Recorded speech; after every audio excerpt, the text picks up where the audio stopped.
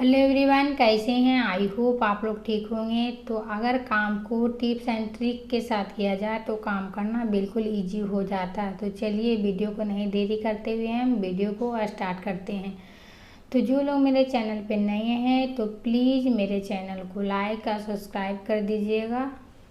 तो मेरा पहला टिप्स है इस तरह को कॉम्ब को लेकर। देखिए कई बार क्या होते हैं, हम जब भी बाल में तेल लगाते हैं तो तेल ज़्यादा लग जाता है, तो हम उसके बाद कॉम्ब करते हैं तो देखिए जितने भी तेल हैं वो क्या हो जाते हैं, आकर इस तरह से कॉम्ब में चिपक जाते हैं और लग जाते हैं ये। तो इसमें क्या हो जाते हैं, बहुत सारा चिकनाहट हो जाता है। तो हमें इसके लिए क्या करना है, इस तरह से कोई टेल्कम पाउडर ले लीजिएगा और हमें इस तरह से कॉम्ब के ऊपर इस तरह से छिड़कना है। अच्छी तरह से छिड़क दीजिएगा इस तरह से। उसके बाद हमें क्या करना, हाथ से इस तरह से हमें मिलाना है। इस तरह से सारे कॉम्ब के ऊपर इस तरह से हमें पाउडर लगा देना है। उसके बाद देखिएगा जितने भी चिकनाहट है वो कॉम्ब से बहुत आसानी से निकल जाएंगे और हमें कोई इसे पानी से साफ करने की कोई ज़रूरत नहीं। आप इस तरह से चिकनाहट को निकाल सकते हैं। तो बढ़ते हैं अगले टिप्स की ओर। मेरा अगला टिप्स है इस तरह को बैटरी को लेकर। देखिए रिमोट का बैटरी हो या तो फिर घड़ी का बैटरी हो, ख़त्म हो जाते हैं तो हम लोग न्यू बैटरी लाते हैं।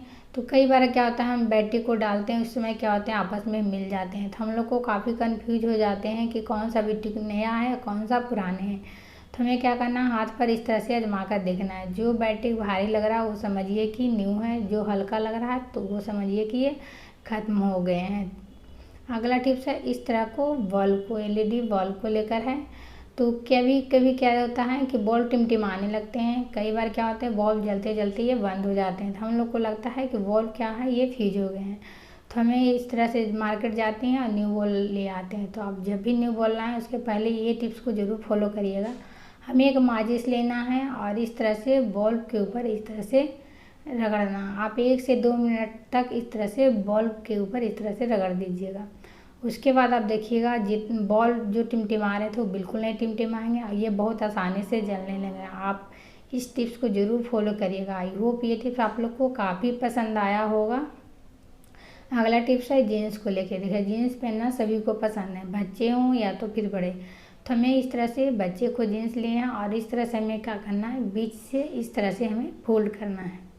इस तरह से बीच से फोल्ड कर दीजिए।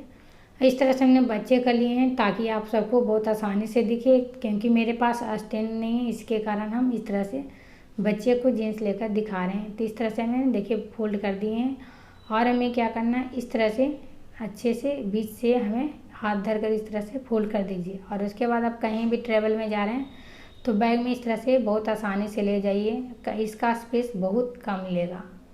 अगला टिप्स है मास्क को लेकर। इस तरह से सभी के घर में देखिए मास्क पड़े हुए हैं। तो हमें क्या करना है, इस तरह से एक सीजर लेना है और सीजर से हमें क्या करना है, एक साइड हमें इस तरह से काट लेना है।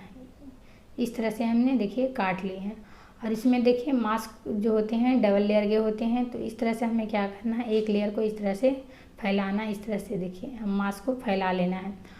और जब भी हम कोई सॉप यूज करते हैं तो देखिए इस तरह से छोटे होकर बच जाते हैं। मैंने थोड़ा सा बढ़ा लिए हैं, इससे भी छोटे छोटे हो जाते हैं। तो हम लोग को समझ में नहीं आता है कि हम इसका क्या करें, तो कई बार हम इसको फेंक देते हैं। तो हमें क्या करना है, इस तरह से मास्क के अंदर इस तरह से डाल देना है। इस तरह से डाल दीजिए और हमें यहाँ पर कोई रबड़ बैंड है तो रबड़ बैंड लगा दीजिए, नहीं है तो आपने जो इस तरह से कटिंग की है उसी को आप इस तरह से यहाँ पर लगा दीजिए। इस तरह से हमें अच्छी तरह से इसमें गांठ लगा देना है ताकि ये गांठ खुले नहीं। और इस तरह से हमें कहीं भी बाथरूम में या तो फिर किचन में कहीं भी इसको हैंग कर दीजिए। तो इस तरह से देखिए हम किचन में यहाँ पर नल के ऊपर हैंग कर दिए हैं।